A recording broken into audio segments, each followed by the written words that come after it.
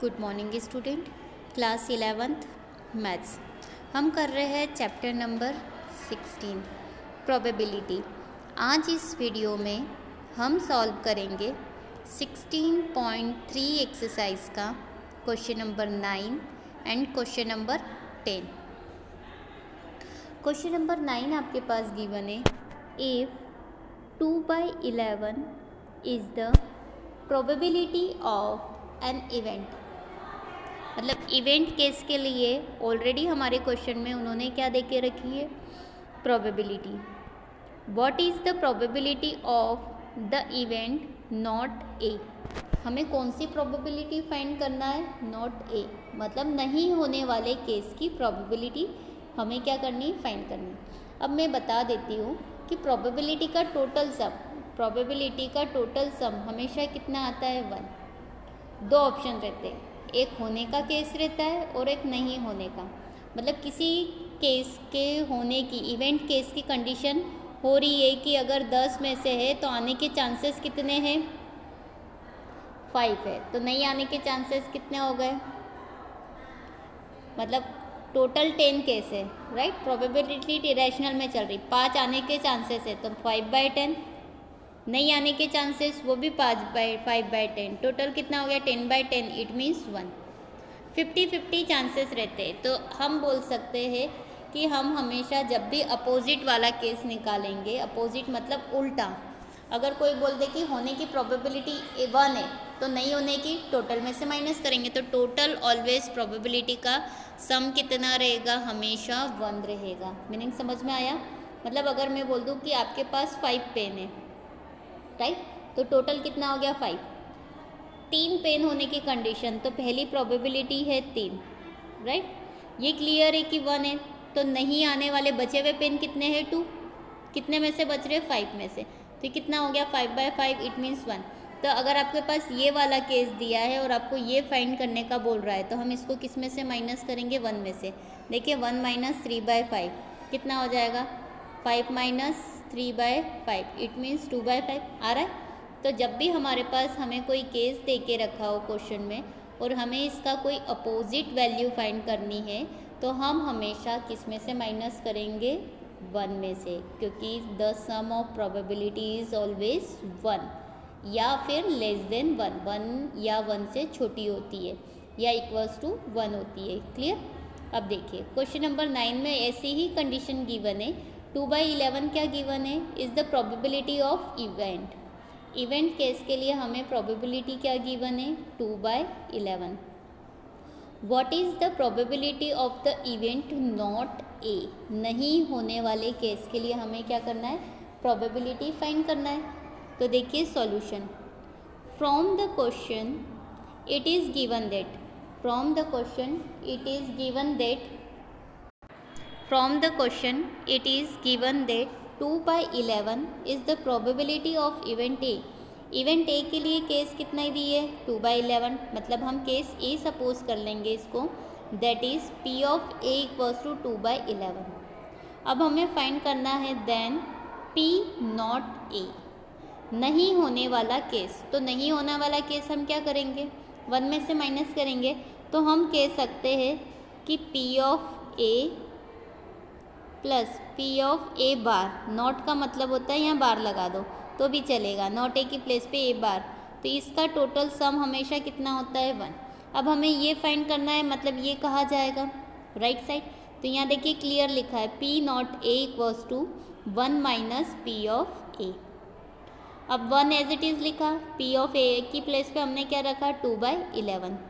LCM लिया, LCM कितना आया, 11, 11 बन जाए 11 -2। दिख रहा है ये एज इट इज़ कि 11 - 2/11, राइट।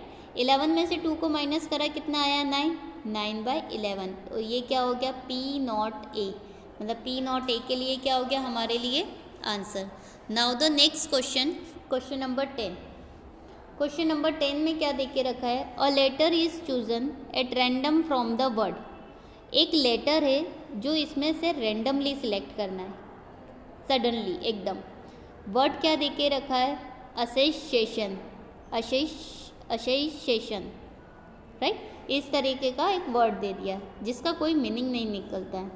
अब हमें एक सडनली वर्ड सिलेक्ट करना है। Condition, find the probability that letter is. Now the first case is vowels, second case is consonant, right.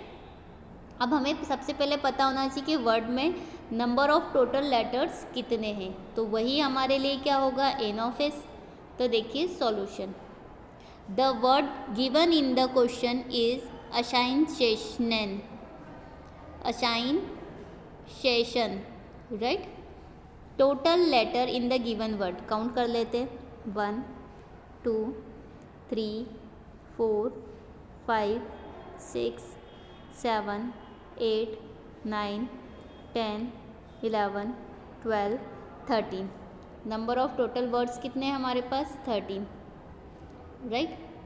13 है, 13 लेटर्स है इसमें वर्ड में, तो हम 13 वर्ड है।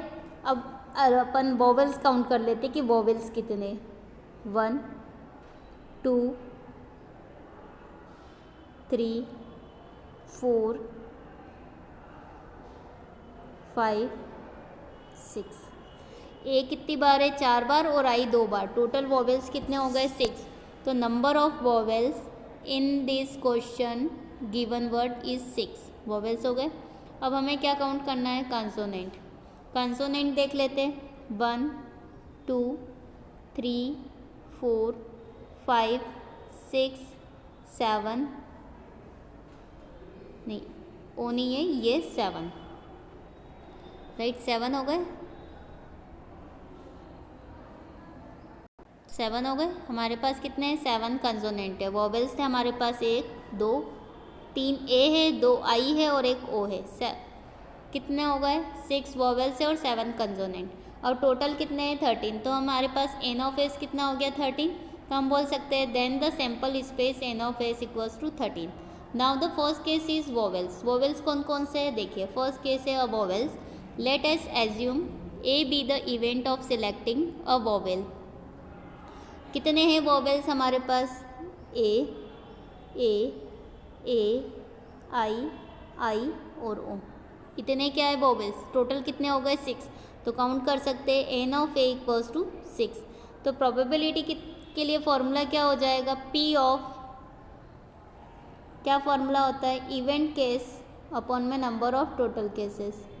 मतलब अगर सिंबल के फॉर्म में देखे जाएं तो P of A equals to हो जाएगा एन ऑफ ए अपॉन में एन ऑफ एस, राइट।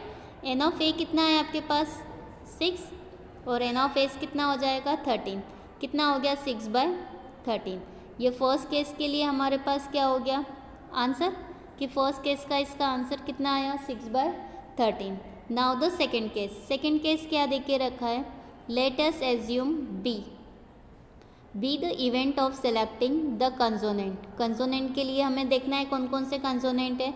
इसमें देखो डबल एस, एस कितनी बार है, 4 बार, डबल एस। साथ में क्या है, एन टी एन, इतने। तो ये कितने हो रहे, काउंट करो, 1 2 3 4 5 6 7 हो रहे। तो एन ऑफ बी आपके पास क्या हो गया, 7। इसके लिए भी प्रोबेबिलिटी कितनी हो जाएगी, इसको एन लिखो, P of B equals to n of B upon में एन ऑफ एस। वही फेवरेबल केस मतलब इवेंट केस अपॉन में नंबर ऑफ टोटल केसेस। अब यहाँ पे एन ऑफ बी कितना था, 7 है, तो हमने यहाँ लिखा है 7, और एन ऑफ एस कितना है, 13। तो हमारे पास सेकेंड केस के लिए आंसर कितना हो गया, 7/13, और ये क्या हो गया हमारे लिए आंसर। Thank you.